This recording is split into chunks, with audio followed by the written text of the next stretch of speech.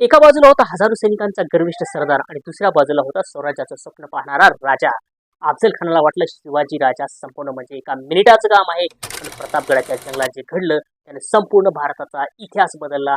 आज आपण पाहणार आहोत शिवाजी महाराजांनी अफझल खानाचा वध नेमका कसा केला आणि त्यामागचं मास्टर प्लॅन काय होतं. 1659 साल विजापूरची आदिलशाही शिवाजी महाराजांमुळे हादरली होती. महाराज एका मागून एक किल्ले जिंकत होते. स्वराज्य दिवसेंदिवस मजबूत होत होतं.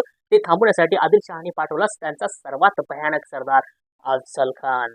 अफझल खान फक्त उंच आणि ताकदवान नव्हता, तो अत्यंत क्रूर आणि कपटी होता. इतिहासात लिहिलं आहे की त्याने अनेक राजांना युद्धात हरवलं होतं. त्याला वाटलं होतं शिवाजी म्हणजे फक्त डोंगरा इतका छोटा सरदार. अफझल खान हजारो सैनिक, हत्ती, घोडे आणि तोफा घेऊन महाराष्ट्रात आला.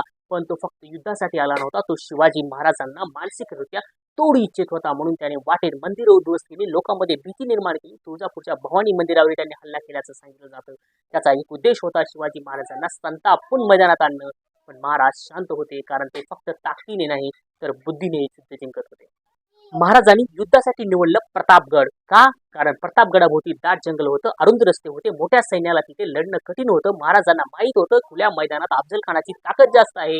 म्हणून त्यांनी अशी जागा निवडली जिथे बुद्धी ताकदीवर भारी पडणार होती. अफझल खानाने महाराजांना संदेश पाठवला, युद्ध नको, आपण शांततेने बोलूया. पण हा शांततेचा प्रस्ताव नव्हता, तो एक सापळा होता. महाराजांनी हे समजलं होतं, तरी त्यांनी भेट मान्य केली, कारण महाराजांना माहित होतं कधी कधी शत्रूला हरवण्यासाठी त्याच्या खेळात उतरावंच लागतं.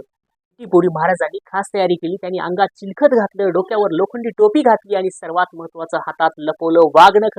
वाघनख म्हणजे हातात बसणारं धारदार शस्त्र. तसंच कमरेला बिचवा नावाची कट्यार होती. महाराजांना माहित होतं अफझल खान विश्वासघात करू शकतो, म्हणून महाराज पूर्व तयारीशी गेले होते. 10 नोव्हेंबर 1659 प्रतापगडाच्या पायथ्याशी दोघांनी भेट झाली. दोघे एका तंबूमध्ये आले. अफझल खानाने महाराजांना मिठी मारली आणि अचानक कट्यार काढून हल्ला केला. पण महाराजांचं चिलखत असल्यामुळे वार निष्फळ ठरला. क्षणाचाही विलंब न करता महाराजांनी वाघनखाने अफझल खानावर जोरदार वार केला आणि अफझल खान गंभीर जखमी झाला. त्यानंतर महाराजांनी बिचव्याचा हल्ला केला. इतिहासातील सर्वात प्रसिद्ध क्षण घडला होता आणि धोका देखील याच वेळेस घडला होता. अफझल खान जखमी होता. युद्ध सुरू झालं. जंगलात लपलेल्या मराठा सैनिकांनी अचानक हल्ला चढवला. अफझल खानाचं सैन्य गोंधळलं. मराठ्यांनी जोरदार लढाई सुरू केली आणि अखेर आदिलशाही सैन्याचा पराभव झाला. फक्त एक विजय नव्हता, हा संपूर्ण भारताला दिलेला संदेश होता. स्वराज्य आता थांबणार नाही. या घटनेनंतर शिवाजी महाराजांनी नाव संपूर्ण देशभर पोहोचलं. लोकांना विश्वास बसला, मोठ्या साम्राज्यालाही हरवलं जाऊ शकतं. प्रतापगडाची ही लढाई फक्त युद्ध नव्हतं, ती बुद्धी, धैर्य आणि स्वराज्याच्या स्वप्नांची कहाणी होती. तुम्हाला आणखी असेच इतिहास थरार किस्से पाहायचे असतील तर आपल्या चॅनलला काय करा, सबस्क्राईब करा फ्रेंड बॉम्ब मराठीला. आणि पुन्हा भेटूया अशा नवीन टॉपिकसह, नवीन शिवाजी महाराजांच्या घटनेसह. तोपर्यंत जय भवानी, जय शिवराय, जय महाराष्ट्र.